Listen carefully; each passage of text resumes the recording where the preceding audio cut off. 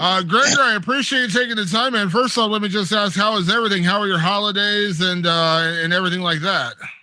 They were great. Thank you for asking, man. I got to spend some time with my family upstate, which is where I'm going right now.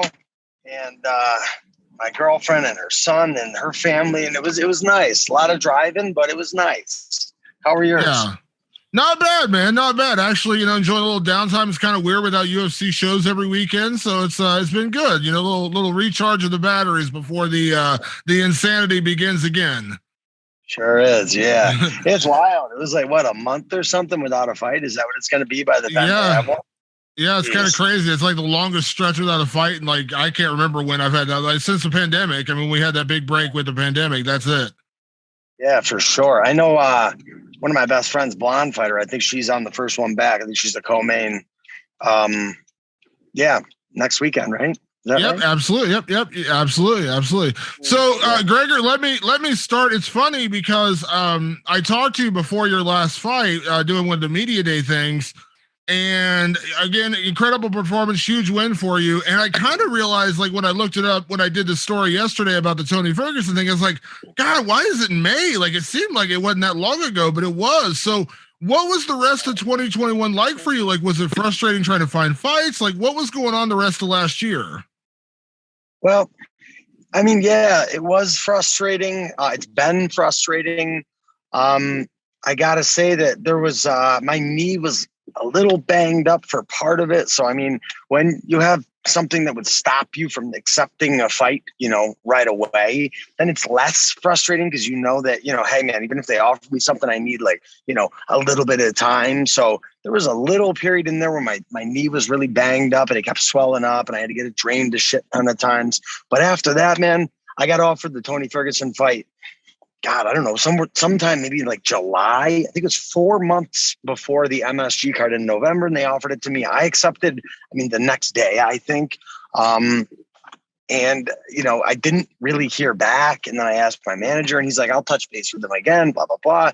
And I think that something, not verbatim, but the words were like, he's not super interested. What the fuck does that mean? Make him interested.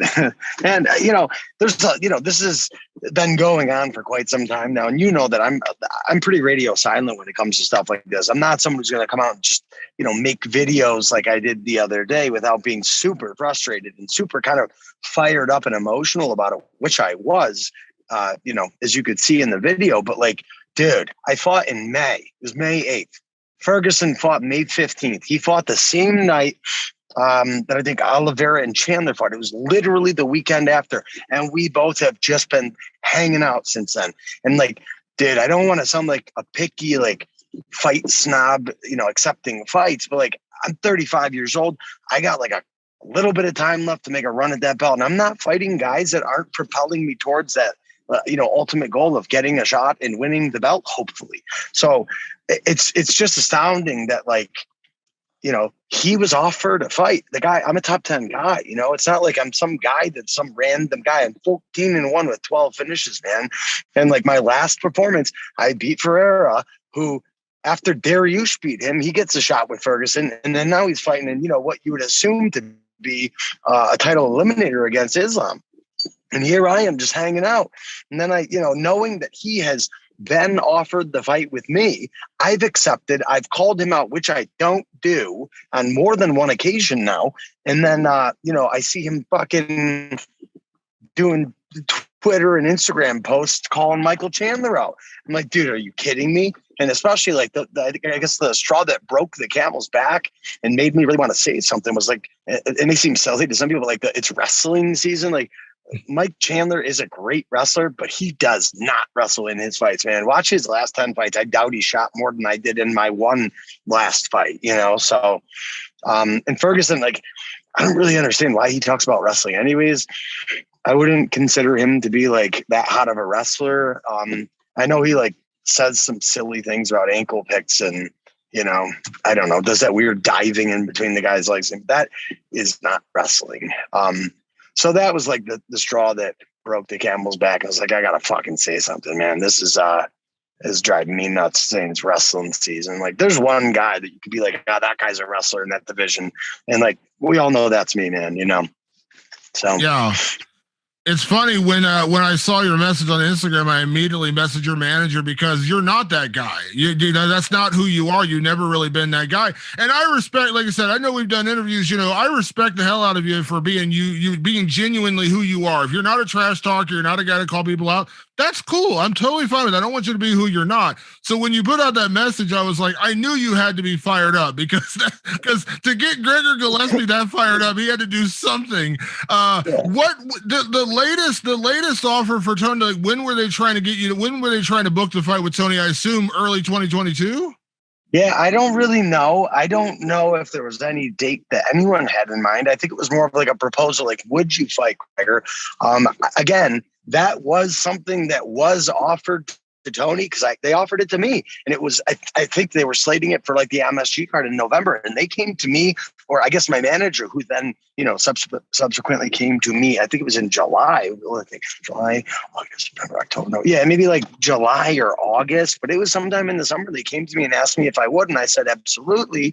And then, I guess he said no. And then it just is mind-boggling to me, like him being okay with just hanging out. And I don't know, he's probably waiting for like Chandler or McGregor. Or I don't know, man. But like, how long is he going to sit and wait? You know what I mean? Like, it seems like an appropriate fight to me. I think 10th. Okay. The rest of the guys are all booked. They have been booked. It seems like we've gone through another cycle of fights. If you think about it, I mean, Oliveira defended his belt again.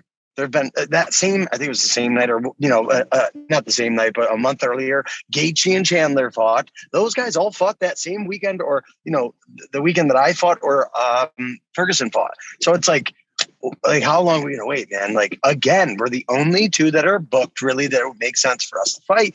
Obviously, there's a handful of guys in that top 10, which is really what I'm, kind of selecting from as an option. That are not going to fight me. Like, McGregor is not taking a fight with me, and I don't blame him.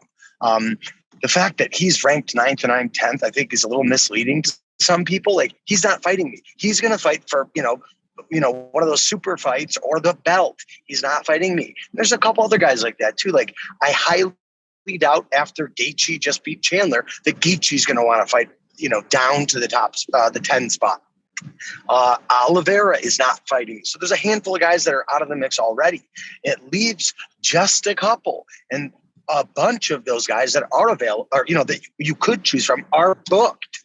And it's like, I'm sitting here waiting, and me and Tony are sitting here waiting again. It makes sense. And the whole, and again, like the wrestling comment, you just mentioned it. You said, like, Gregor isn't that guy. He doesn't call people out. He doesn't get fired up. What you see is what you get with him. So when I posted that video the other day, that is, that was me. That was me being fired up. And it doesn't happen that often, but I felt like it was actually, I felt it was important to post that, because I get a lot of fucking messages and comments, on posts that I make, or even direct messages saying, like, yo, you're really good, bro, but you fucking take too long to fight. You only fight once a year. Dude, I'm telling you right now, I've said yes to the Ferguson fight since midsummer. And again, there isn't that much to choose from. And I don't want to sound like I'm being super selective, but I'm trying to get towards the belt.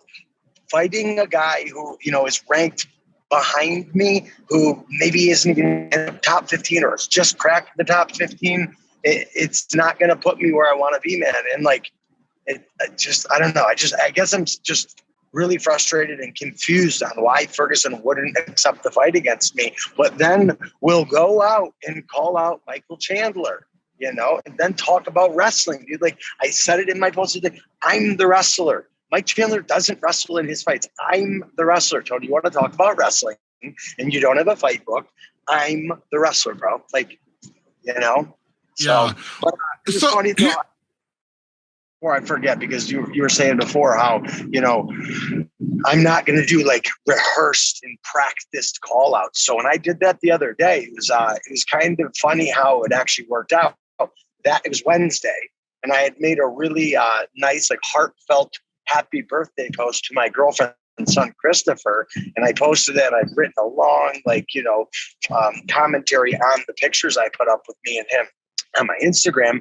And 30 minutes later, I get a text from my manager, and it was saying, Tony Ferguson, and then in like all caps, will not fight you. You know, and I was like super like frustrated knowing that he had been like having a Twitter and Instagram back and forth with Mike Chandler. And then I got that message from my manager. So I could not post that video that I posted yesterday 30 minutes after I made the birthday post to my girlfriend's son, Christopher. That would have totally eclipsed that post and made it kind of like a null and void, like meaningless post. And I didn't want that to happen. I wanted that post that I wished Christopher happy birthday to stay up there and people to see that, because that's a big part of my life. And he's an important person in my life. So I didn't want to like overshadow that by posting a video that I know would get a shit ton of attention right after I posted that. Because, you know, as you know, the only one people care about is the one you just posted. So what I did, though, is I wanted to capture how I felt. So I took that video and recorded it that day on Wednesday and saved it. Because I knew if I tried to reenact how I felt the following day on Thursday, it wouldn't have been the same. So, that was, my exactly how I felt at that exact moment when I got that text from my manager. So, yeah. So I was looking at, I'm not a huge rankings guy, but I was looking at the rankings, the UFC rankings before we talked, because I was curious. It's like, who is out there? Because I wasn't 100% sure. And you said, right, you're number 10, and Tony, I think, is number 7, I think is where he's at. Now, again, you mentioned Connor.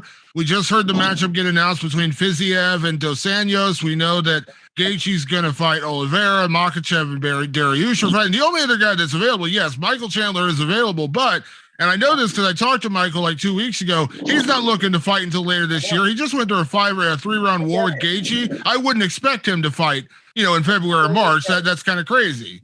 I totally get that. And I got some, I heard the same thing. And like, I have a lot of respect for Mike Chandler. The comment I made on my rant the other day that I posted where I said I beat Mike Chandler up in wrestling wasn't me really trashing Mike Chandler. I was saying that I'm the wrestler in this division, and like Mike Chandler is a great wrestler. He had a stellar college career. He was a Division I All-American. Like, there are levels to this. Like DC says, man, like I was on a different level, not just than Mike Chandler, but anyone. There is not a guy in the division that has wrestling credentials like I do. And I know that Mike Chandler can wrestle. He doesn't wrestle in his fights. And I also know that he's been through a couple wars. He had that crazy fight with Oliveira, and then he had that insane battle with Gaethje.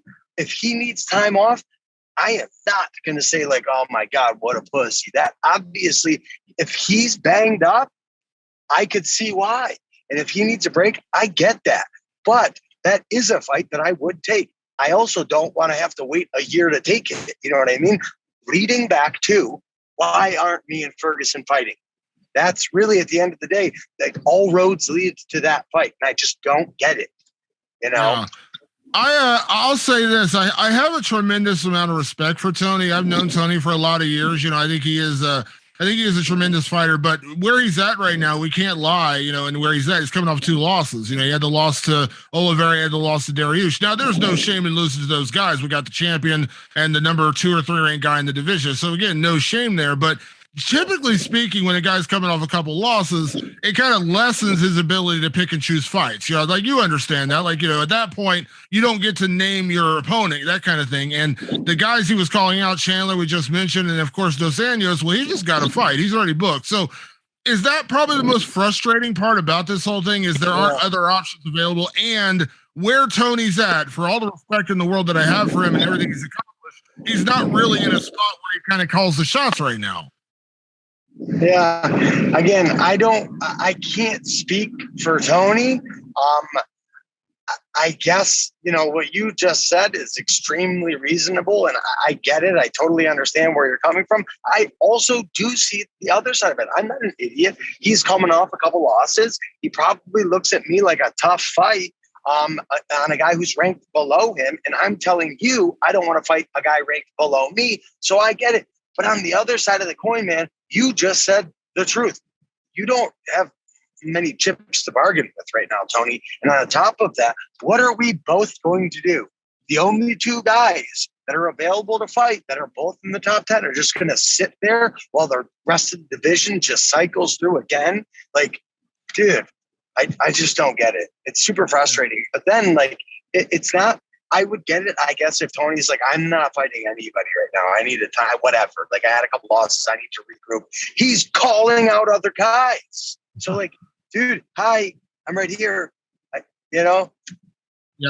How I know you said that. I know you said there wasn't necessarily a date attached to it. How soon would you want to fight? Because I know I had heard, and I know that Tony had talked about, I think on Twitter, talking about fighting in February, if I'm not mistaken. He had actually mentioned February for a fight. So how soon would you like to fight? And assuming you can get to fight, how soon would you be ready to fight him? Yeah, I mean, like, I'm not injured.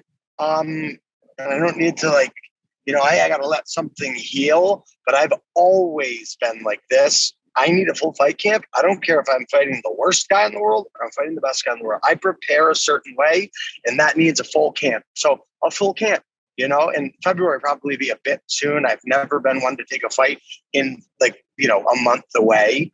A full fight camp. That's all I ask for, So yeah.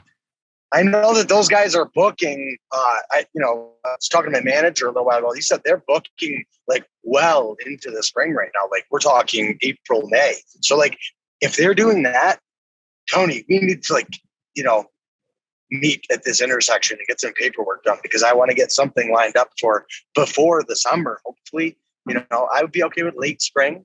That'd be cool with me. I just want a full fight camp. That's all I asked for. Yeah. Well, you mentioned it before as well. And being honest, of course you said, at 35, you don't want to go backwards. You want to go forwards. And coming off a big win and a dominant win over a guy like Diego Ferreira, who is, again, a legit top 10 guy in his own right, to go out there and beat him, it would almost be a step back. And that's not a knock on anybody else in the division. I totally understand where you're coming from. But you mentioned, you want forward momentum right now, and Tony is forward momentum. And you said you'd fight Michael Chandler, but you also understand Michael Chandler's probably not going to fight anytime soon. And I completely understand that. So Tony is the guy. Like, I'd love to throw other names at you, Gregor, and say, oh man, what about this? And what about this? There's nobody else. There aren't any. It's not me targeting Tony. His name could be something completely different. It could be a completely different guy. It's just the guy who's available. I don't have a grudge with Tony, other than the fact that he called Michael Chandler wrestling season. That was weird to me. But, like, it's just the guy who's available, and it's just the guy who's been available. That's it. Like, it just doesn't make sense why he won't accept a fight, But and to touch on, like, the momentum thing, man, like, I look at and I can't help but feel a bit sour about this. And Dariush has a split decision with the guy Diego, right? Then goes on and gets a fight with Ferguson, beats Ferguson. Now, I mean, you would assume that fight with Islam is a title eliminator, right? It has to be, right? So now the guy who finishes Diego, and probably one of the more exciting grappling fights probably in recent memory, like, I feel like I'm getting, like, snubbed, but not by, like, UFC. UFC is amazing. I know they would make this fight. I feel like, just like, I don't know, the universe is snubbing me a little bit here, man. I'm losing that momentum if I haven't already lost it. I came off that win with Diego. I was, like, riding high, ready to get after it, and, like, got offered the fight with Tony, and then no. Okay, well, who else can I get? Oh, there's no one available. And again, there are some guys that just that don't make sense to fight me. And that is not them. Like, I hate when people say, like, oh, they're scared. No one's fucking scared in the top 10. Like, they're not scared. Okay. Like, Poirier is not scared of me. Gaethje is not scared of me, but they've earned the spot to be right at the top. And I understand that Gaethje just beat Chandler in that, like, insane battle, and he wants to fight for the title, and I don't blame him. So there's a handful of guys that you can kind of put a red X through and assume that that's not an option, which, again, leads back to Ferguson, which is the part that really fucking rubs me the wrong way, is that this has been the case since the middle of the summer. Me and Tony fought 1 week apart. And you know how it works in the UFC. Typically the timing, it's either you get matched up with someone, like, on the same card as you that night, or maybe a week or two later, right? That happens all the time. We've both been just hanging out. And, again, I'll say it like I said it before. If he were, I don't want to fight anybody, I'd be like, all right, I'll leave him the fuck alone. But he's calling out other guys. Like, dude. Yeah. You know, I don't know. You mentioned, and I agree. I hate that narrative that gets out there that somebody's scared of fighting somebody else because you guys step into a cage for a living. We know better. But there was a little bit of a narrative around Makhachev for a while because of his style, his wrestling. That people were considering him a bit of the boogeyman of the division, so to speak, because he is a hard matchup. Now, I would argue, wrestling wise, you are the best wrestler in the division, and I'm a wrestling homer. I make no mistake about that. I make no bones about that. But I'm not saying anyone's scared, but do you feel like maybe there is a little element of that? Like you are a bit of a boogeyman to Tony Ferguson, maybe? Like that's why he doesn't want to fight you because you are stylistically a harder fight? But I mean, like stylistically, I think someone like me, and I'm not trying to like pat myself on the back here, but like stylistically, I think for kind of anybody, a high-paced grappler / wrestler is a bad matchup for anyone. So then what? No one wants to fight a guy like that ever? Like, come on, man. And I'm like, this is what I'll say to the like avoiding boogeyman kind of thing. I don't think I'm a boogeyman, but I think a lot of times that if like Tony were given the option, maybe this is what he's doing. I don't fucking know. But maybe like if there's 3 guys to choose from, if he could fight me or Mike, Chandler, or I don't know, whoever else, he may not pick me first.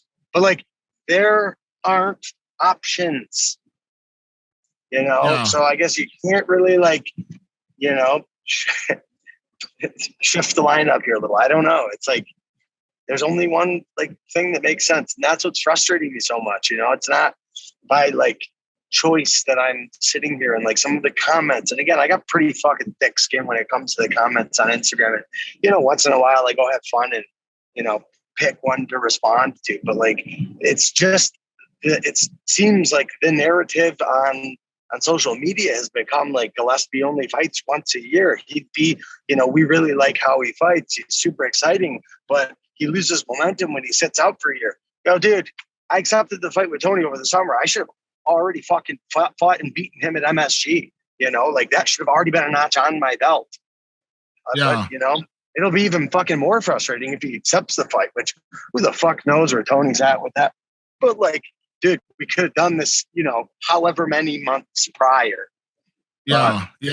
I agree. Well, like I said, I love the matchup. I think the timing's perfect. I think it's again, I don't want when I say it's the most logical matchup, it's logical on a lot of levels beyond the fact that you are literally the only 2 guys left available to fight. So it kind of makes, all the sense of the world. So again, I know you're not a big media guy. I know you're not a big call out guy, but I appreciate you doing this with me, and we're going to get it out there because I think it is kind of like the matchup that needs to be made, and we'll get the message out there. And Gregor, thank you for doing this, man. Safe driving upstate, and hopefully next time we chat, it's when Tony Ferguson has signed that contract and the fight is booked.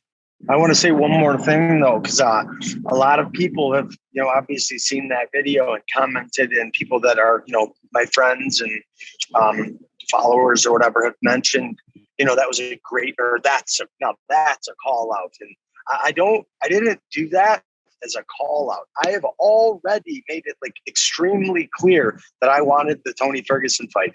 I don't call people out. A couple of weeks back, I made the fake, the reenactment of my totally cringy call out Wheaties post of Anthony Pettis, from years back. I did that one. That was me calling out Tony Ferguson. I mentioned him in a thing on my story a couple of weeks back where I was doing some head movement drills with my coach, Keith Trimble. That was another sort of call out. This was reactionary to something that really bothered me and just a sequence of events that led up to me feeling, and I guess not just me feeling, but me feeling that it was necessary to actually put out there how I felt when I got the message from my manager that Tony will not fight me, but he's calling out like Chandler and whoever else he's calling out. So that video was more of like hey guys, I'm going to vent to you with the phone in my face how I feel at the exact moment that I got this message from my manager. A call out would be a surprise. Gregor wants to fight. That's not a surprise. I've made it extremely clear that I want that fight, So that was more of like a rant and me expressing how I felt about this, issue. So yeah, I really did. a little, I guess it probably wasn't, I mean, not probably, it definitely wasn't aimed at me when he made the wrestling comment, but like, dude, I'm the fucking wrestler, man. Like, all that. What are you talking about? Mike Chandler, it's wrestling season, motherfucker, or whatever he said. Like, Tony, what universe do you live in, man? Let's talk about ankle picks and wrestling season and like, what? You know, like, I don't know. So that rubbed me the wrong way. And I just, you know, you caught me in a different mood that day. That might have never happened. And I may have never put it online, but like, you know, as you know, I'm pretty radio silent about that, but that was not a call out. That was me being like voicing my frustration. Totally understandable. Totally understandable. Well, Gregor, like I said, hopefully this helps. Hopefully we get this out there. And like I said, hopefully next time we chat, it's when you're fighting Tony Ferguson, we can actually talk about the fight itself. I hope so. Thank you for your time. I really appreciate it. Absolutely, Gregor. Drive safe and we'll talk soon, okay? Take care.